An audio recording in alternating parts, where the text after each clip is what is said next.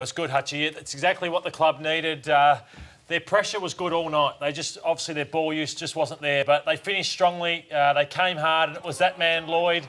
We see Buddy Franklin. We'll talk about how Sydney could have played the end of the game much, much better, but Rance was heroic late. Yep. Nick Loston has gone into the centre bounce here. They get a bit of luck. Damian said the footy gods was with his big forward there, Revolt. Over to Griffiths, who had his career best night. And Sam Lloyd had been off for 5 minutes, so he came on. His legs were quite fresh. He's kicked 100 in the country balling, so he knows where the goals are. And it was a beautiful kick. Composed, wasn't he? Yeah, he went straight back, and I think he quoted after the game as saying he was hoping that the siren wouldn't go, but when it did, I thought he went through his routine and nailed it, Bill. And, and you know a little bit about kicking a goal over the side, obviously, but we don't see it too much anymore, so it was very exciting, as you can see. No, it was. That is fantastic. Yeah. Look at all the players, the supporters. That's what it's all about. That's why you play footy, to kick goals after the siren. I'll tell you what, Tyrone Vickery, he tried to stuff it up. Have a look at Tyrone here.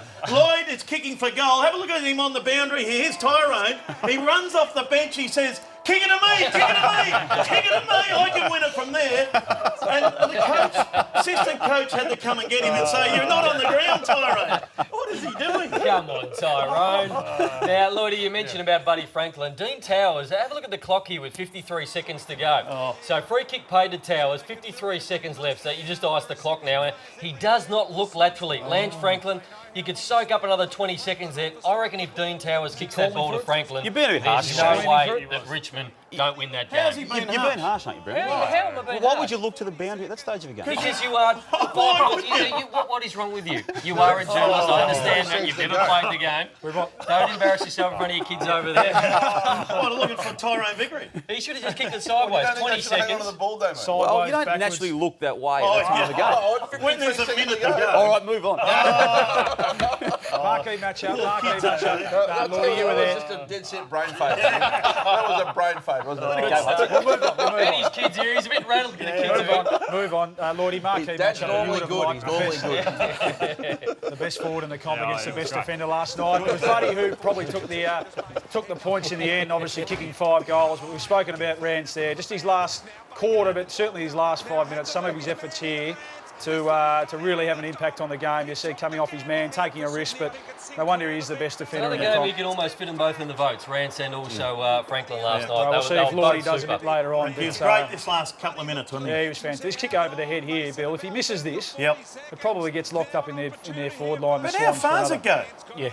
That goes 30 metres over his head. Good skill, isn't it? It is. It was a fantastic battle. I'm with you, Luke. Should have looked to the boundary. What a state of origin team they have, WA at the moment, with them at either end of the ground.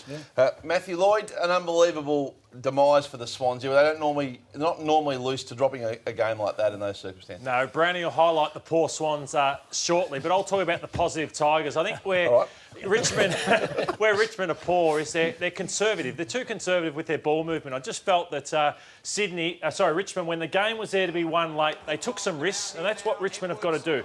Turnover again, but watch some of the efforts here from Rioli. This pressure, Rob Rioli was brilliant. Gets the error, and watch what happens. He follows up. Jack Revolt played a great game for someone who just kicked 1 goal, but when you come inside in the corridor, this is what it can create. You might turn the footy over, but you're a big chance to score. They shouldn't be doing this late in games. They should be trying for it earlier. And then this one, Edwards. Instead of going conservative, straight down the corridor. Why not try this early in the game? Get some chaos. Rioli, Revolt, good forwards. Give them a one-on-one chance. And then look what happens. Oh, the helmet heads. Defenders, helmet heads, Griffiths. It helps Griffiths and Vickery and Revolt if you give them a chance one-on-one. Richmond have got to be bolder early in matches in the following weeks. Hold on. Very good. No doubt, and a great effort at the end there by the Richmond Footy Club. Damian Hardwick was pretty excited after the game. Yeah, we're probably really fortunate. I think Jack got a bounce of God there at one stage. I think it bounced directly sideways and went straight in his hands. But look, you make your own luck sometimes. It's a great reward for our players, and obviously they're the number one. But it's great for our fans as well. We've been through a tough trot, obviously, and for them to show up in force and see the boys fight to that last minute to get the victory is a great result for both our players and our fans. It's a good result. Richmond's second win of the season. Nathan, the Swans will be wondering today how it all went wrong.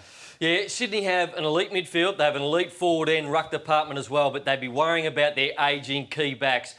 show you through a couple of things last night. Now, Grundy, been a great player, but he's starting to worry about his opponent too much. He's giving away free kicks. Griffiths had 3 free kicks. Look at him holding. Look at the support he's got here. He doesn't need to hold. He's worried about his pace. So he gives a free kick away. Sydney got the ball back. That was another goal. So he's worried about Vickery's pace again. Just holding on. That's got to be a concern for Grundians.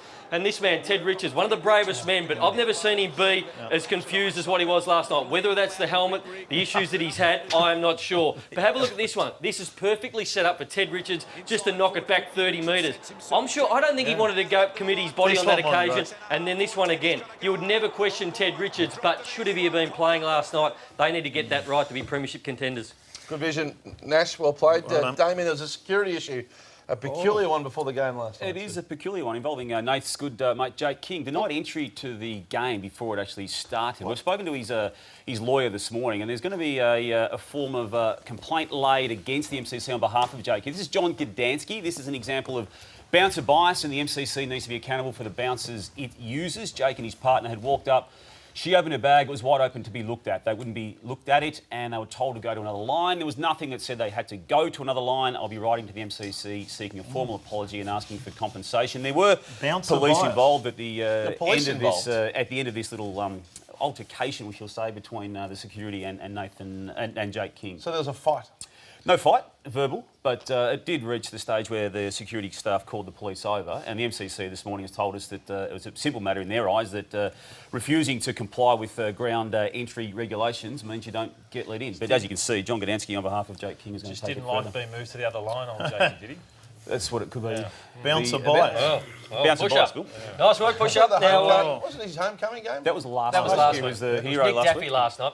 Now, Buddy was unbelievable last night. I mean, he had a great battle with Rance, but it was the Buddy of old. He gets this one from 60 metres. He got a couple of free kicks, but I thought he played high just a little bit too much. I'd love him to play out of the goal square a little bit more, but his kicking is as good as it was back in 2008. I haven't seen Buddy Franklin kick the ball this well. In saying that, I thought it was a fantastic battle between him and Rance. I gave Buddy the votes just over Rance because I thought 5 goals was a terrific effort, but Rance was just about Richmond's best as well. A lot of cynics about Collingwood. You're the most cynical here, and Damo, you too. And Nathan Buckley maybe just made a small point last night. He trounced the Brisbane Lions. I know you're shaking your head, not convinced yet. No, but they were fantastic last night, Lord. Credit where it's due. Yeah, it's fair, but they did this against Essendon on Anzac